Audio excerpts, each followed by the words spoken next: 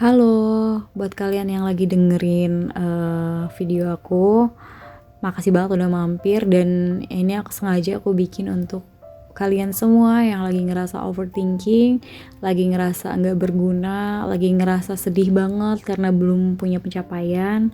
Di sini aku mau sedikit share afirmasi yang mungkin bisa bikin kalian lebih bersemangat lagi. Oke, seperti yang kalian tahu ya, perkembangan zaman tuh udah maju banget dan otomatis orang-orang berlomba-lomba memposting pencapaiannya di sosial media. Dan itu benar-benar nggak bagus banget untuk mental health orang-orang yang masih berproses. Ya, makanya banyak banget anak muda sekarang depres, overthinking, nggak bisa tidurin, insomnia. Benar-benar dikoyak banget mentalnya sama keadaan dan sesuatu yang orang-orang pertontonkan di sosial media. Nah, yang mau aku sampaikan di sini itu gimana caranya kita menyikapi perkembangan zaman ini gitu loh. Karena zaman sekarang tuh orang nggak ngonten nggak makan, nggak posting nggak makan gitu. Jadi konten tuh udah jadi salah satu pemasukan mereka, bahkan aktif income mereka gitu. Jadi menurut aku sih stop membandingkan diri dengan pencapaian orang lain. Setiap orang itu udah punya value-nya masing-masing dan kamu harus mencintai sisi baik dari diri kamu gitu. Seburuk-buruknya kamu mungkin ada sedikit aja sisi baik, coba kamu cari deh. Jangan selalu terpusat mengintimidasi diri sendiri hanya karena kamu ngelihat wah kok orang-orang udah jauh ya, kok orang-orang udah pinter banget, kok orang-orang udah punya ini, udah punya itu, udah dapet ini, udah dapet itu. Saran aku, coba kamu lebih banyak lakuin hal positif. Contohnya beres-beres rumah atau pindah posisi interior atau berkebun, lebih mendekatkan diri ke alam, mendekatkan diri ke semesta gitu. Kadang memang keadaan tuh bikin kita marah dan ngerasa gak terima. Ya aku pernah dulu di posisi kayak gitu, di titik terendah aku, life crisis quarter aku. Jadi aku ngomong kayak gini bukan berarti aku gak pernah susah. Titik terendah aku tuh banyak banget. Izinin aku curhat supaya aku bisa memotivasi kalian. Jadi aku itu anak orang miskin, anak petani miskin, dan lahir di lingkungan yang SDM-nya rendah. Banyak orang-orang yang suka gosip, julid, iri dengki, dan suka membanding-bandingkan orang lain, suka pokoknya orang-orang yang nggak punya kesibukan. Jadi hari-hari itu fokus kepada kehidupan orang lain gitu. Jadi latar belakang aku itu buruk banget. Aku tuh anaknya dulu tuh agak menye-menye ya. Mungkin orang juga mungkin mikirnya ini orang gak bakal sukses, ini orang gak bakal maju.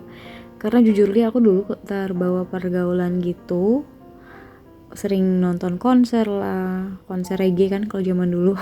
Ikut-ikutan orang. Tapi untungnya itu gak berlangsung lama sih, cuman beberapa bulan aja. Terus aku langsung tergerak dalam hati aku, karena kan waktu itu aku ngeliat kondisi finansial keluarga aku lagi ringkih banget.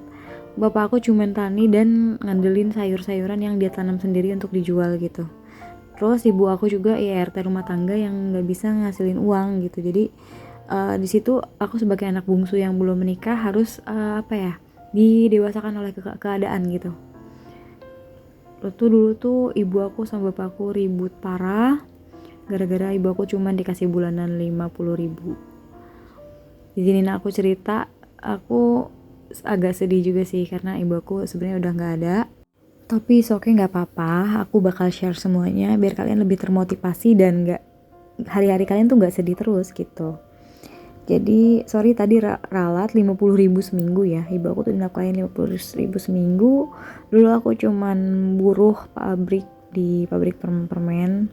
Aku kerja di UPI ya. Dulu gaji aku gak gede-gede banget dan gak kecil-kecil banget, cuman cukup buat makan dan muter lagi buat bensin gitu.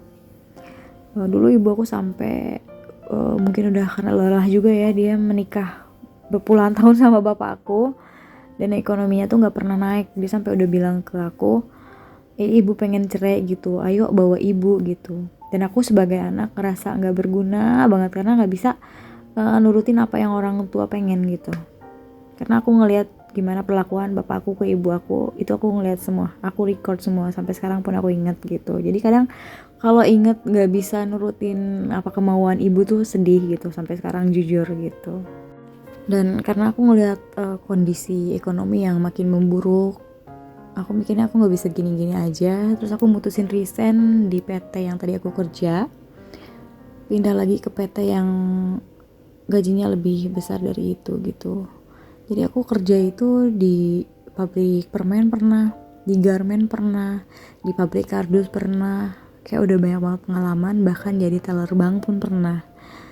Udah banyak banget pengalaman, saking apa ya, pokoknya aku udah kerja tuh dari umur 15 tahun. Itu aku ngekip dulu, gak sekolah SMA dulu, fokus cari uang supaya aku bisa menghidupi ibu aku gitu, karena benar-benar ekonomi itu ringkih banget.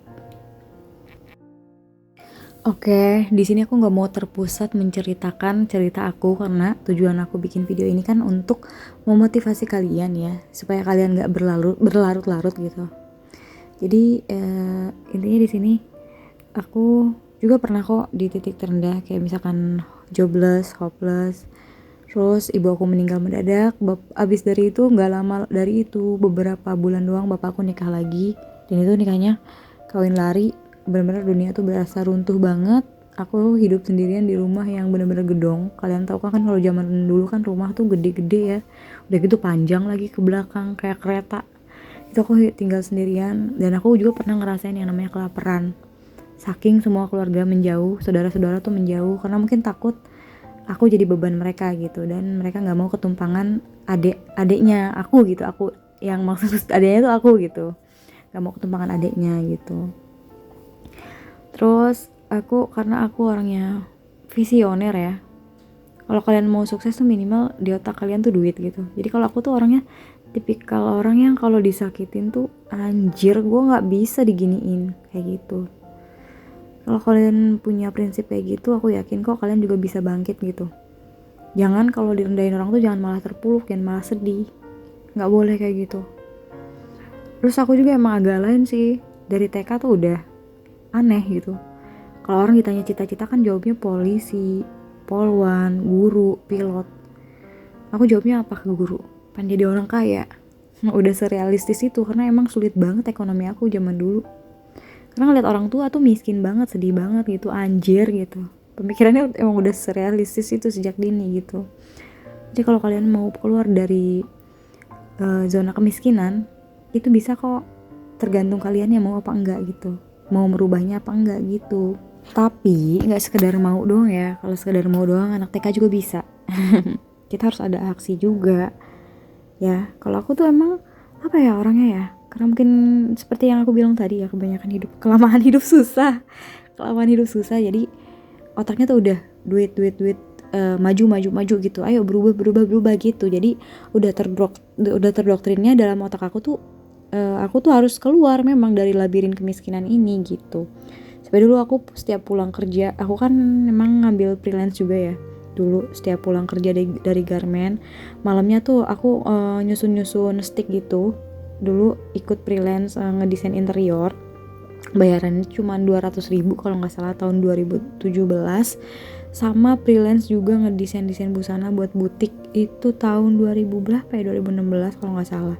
Dan itu bayarannya cuma 100.000 per desain, padahal itu jadinya untungnya ibarat kita memperkaya orang yang punya butik gitu. Cuma dia bayar 100.000 gitu. Jadi dulu tuh aku capek banget kan pulang kerja, rebahan ngeliat plafon yang udah bolong gitu, kayak dibolongin buat bolong tikus entah apalah. Apa iya ya gue bakal gini terus gitu. Kayak aku mikir gitu, gak mungkin deh kayaknya gue gini terus gitu. Masa sih gue mau miskin terus? Aku tuh emang udah sekritis itu dari kecil gitu. Makanya kalau kalian mau sukses, kalian harus punya pemikiran ke depan gitu, out of the box. Kalau kalian pergaulannya masih jelek dan kalian gak punya motivasi untuk maju, itu susah gitu. Minimal gini loh, kalian tuh gak akan berubah kalau gak ketemu situasi sulit gitu. Contohnya aku gak berubah kalau aku gak direndahin keluarga aku sendiri, ya kan? Dan aku tuh selalu belajar dari apa yang udah aku lalui. Misalkan aku lagi cekcok besar nih sama suami aku, atau aku lagi cekcok nih. Waktu dulu aku pernah cekcok sama mertua sampai aku mau cerai kan.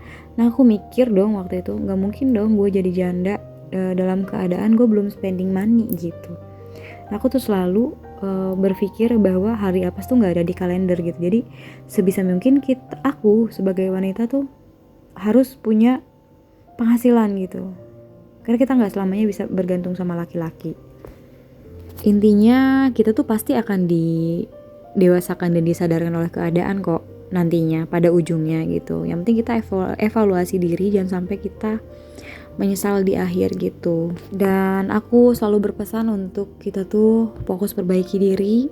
Kalau kita udah perbaiki diri, mempersibuk diri ke hal yang lebih positif, hal yang menghasilkan, itu pasti udah gak ada stres lagi sayang. Udah gak ada lagi overthinking ya. Pokoknya stop bandingin diri dengan orang lain. Kita fokus aja sama diri kita sendiri, gimana caranya diri kita bisa grow, gimana caranya diri kita bisa aman finansial. Fokus kita tuh udah harus ke diri kita sendiri, karena ujung-ujungnya yang peduli sama diri kita tuh cuma diri kita sendiri gitu. Aduh, gak terasa ya ngobrol dari tadi panjang lebar udah 11 menit. Harusnya sih banyak yang bisa kalian ambil ya dari video ini.